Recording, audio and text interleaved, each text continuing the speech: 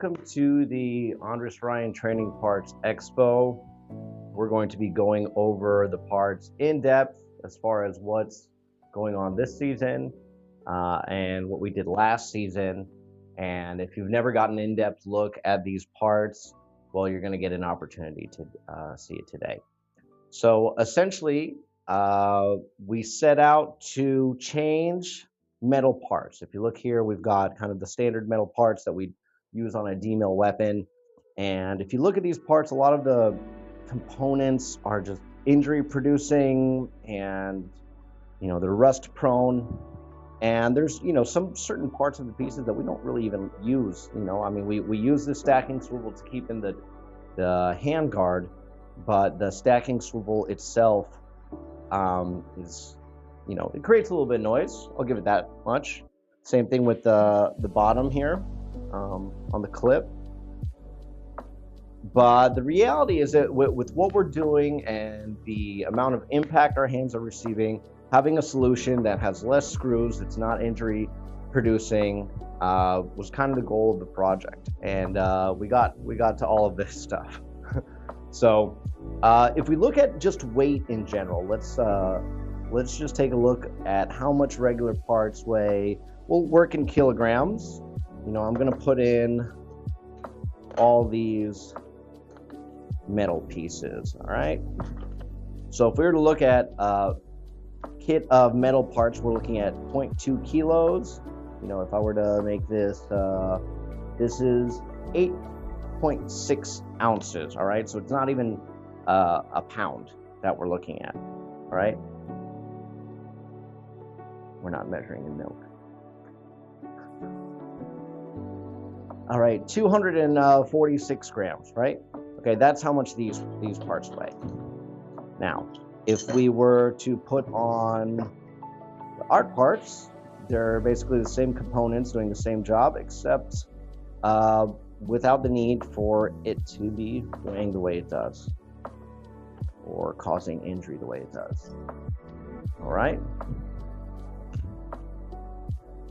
And we're looking at about 93. So we're using about a third of the weight, which is pretty evenly distributed on both. This would be a Glendale replica, and this is a full lightweight replica. Now, the full lightweight replica is to use a barrel that's still metal. So if you'll notice here, this is kind of the receiver, and the trigger clicks into the receiver as well. And then this bottom half also clips into the stock itself. All right, so this holds this in place just in case this screw were to fail. All right, now these are great because you can have a lightweight replica that you could train with, or if you're an instructor, you could use something that's not going to be as heavy as a full weight weapon. Now, if I were to take the Glendale weapon with a high impact stock and my parts on it, this weighs, let's put this in pounds so we can, all right. We're looking at about 7 pounds, 6 ounces. So this one's shy of full weight, but if you were to have a D-mill with these parts, it would still make weight for Worlds. As far as the high school level, this should still work for teams that are interested in using this in both the regulation and exhibition phases. All right, I left this kind of a mess. All right, so what do we find out when we release the parts? All right, a couple things. We made some parts that had overkill in them, and there was some parts that could be reduced in size or in dimensions. Last season, this was our barrel band, or what would be replacing the stacking swivel and the bayonet lug. And then we've kind of made the lines there to mimic the areas where these kind of join together, but you're still holding it, and this is just one piece. Okay, now you'd be using a locking nut and screw. Okay, we have these in both hex head and in Allen head, or in Phillips head, depending on what kind of tool you like to use. I think that having an Allen head is a lot more accessible for all your screws on the weapon, but the appearance of the hex head Allen key head is much smoother. All right. So we've reduced the profile on this piece even further for those who actually like the spring pin that Daisy and Glendale used. And I tried to kind of work with different concepts with the design as far as, do we want the window like on the 1903 A1? And I think this is ultimately what we went with, which is a much more slimline design than what we had before. This is so bulky in comparison to what we had. So we're going to be producing both lines this season. Okay, so if you kind of like how it looks, you know, I've never really tried to make these parts look exactly like the originals because I feel like there's some downsides to the original format of the pieces. But let's keep on diving into some of these. Okay, I'm trying to organize these now so I can actually find things when I'm looking for it later. All right, let's just put this guy there. All right, so let's take a look now at what we've changed from version 1 and version 2. Okay, so on version 1 of these butts, we found that some of these were actually cracking at the edge or just on heavy impact. Okay, and I think this part of the weapon receives a lot of damage in general. I think a lot of drillers will be able to protect their stock, which is going to be receiving a lot of damage here. And by adding this bumper on the version 2 parts, I think that's going to help facilitate that in making these parts last longer. Okay, and if you'll also notice that this piece here that we have as the sling swivel that was normally a straight bridge, we've actually angled it to be in the position where it's already being pulled. So that makes a lot more sense, and then also creates a lower profile. And this is more in line with this piece here. So I think this is going to be a lot better of a design than the original one. Okay.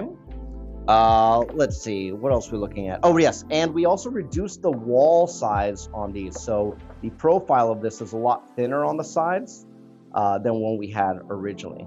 So thicker on the ends, thinner on the sides, added bumper, and I think both versions are great, and we will have both of them this season. Okay. Now, another thing I did notice is that not everybody wanted the full kit. Okay, some people either were like, I don't really care about this piece, or some people are like, I really don't want the butt shoe, I just want the top kits. Okay, so I think this season we're going to be focusing a lot on individual parts and not necessarily full kits to make them more accessible. Now, we paid for this project through crowdfunding over the last year, and that also helps me bring down the price of it and the cost. I don't really want any of these pieces to be more than $20, and I'd like them to get into people's hands. Now I'm starting to see both schools have them for regulation and exhibition in JROTC, and I'd love to see more programs use this so that we could take care of our hands and be as safe as possible with the sport in general. All right, so we've covered the changes to this bottom swivel, and then we've also covered the differences on the butt shoe. This piece, which is the upper band, I think is probably the favorite out of everybody in the community, and it's really going to save your hands. We made it a little thinner on the sides. Okay, the more I mess with the integrity of the piece itself, the more this portion will stretch, which I think will look weird. But I've slimmed down the sides so that this has a lower profile. Okay, but still gonna have these in a bunch of colors. I'll have some colors posted later this month so you guys can see what's going to be coming down the pipeline. There is a lot of things on here that are new. Okay, for the people that didn't see it last year, we did two-tone kits like this that could match people's setups even more. And these are super custom and actually very difficult to make. So these are actually going to be a custom order exclusive. We're not going to have many of these available in Daytona unless you're specifically ordering this as a team set, or if you are a student in the dojo. The Andres Ryan Training Dojo, students receive exclusive early access on videos, training, student curriculum, tons of things. And the Andres Ryan Training parts are also exclusives for them. So these two-tone pieces, the receivers, and then also this new piece that I'm going to talk about is going to be a student exclusive. So I recommend if anybody's trying to get the coolest parts that I've got in inventory, or want some new stuff that you don't see on the table, I'd recommend signing up and then helping support this project, because it is constantly living and breathing and growing into something bigger. So we're going to need funding on and on and on and on. This is going to be a continual process. Now, I'm going to go on and move on to the Rambo Trainer Blade.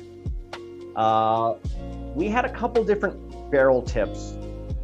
These are pretty great. It's like a cage, and I think people really like the profile of it on their weapon, depending on what they choose. I think this is definitely going to be the crowd favorite because it's protecting you the most, and it's probably the least looks the least different per se. But I'd really like it if people used more bright colors for these, just for the sheer safety factor of it. More of optics of the public opposed to safety, where these are all safe pieces. Okay. Now on the Rambo Trainer Blade, we kind of wanted to try to create this Tommy gun looking muzzle, and then also have kind of like a really cool, K-bar bayonet type looking thing for the actual design here. So these are right now concept models. Okay, this laser tip we had last season, and not too many people liked it. I like the concept of being able to use this and grip it like a baseball bat, and then having different things that you could do with this. But it wasn't really a hot seller. So if you're looking to still get this piece, once again, it's a custom order piece, and we will still have it available.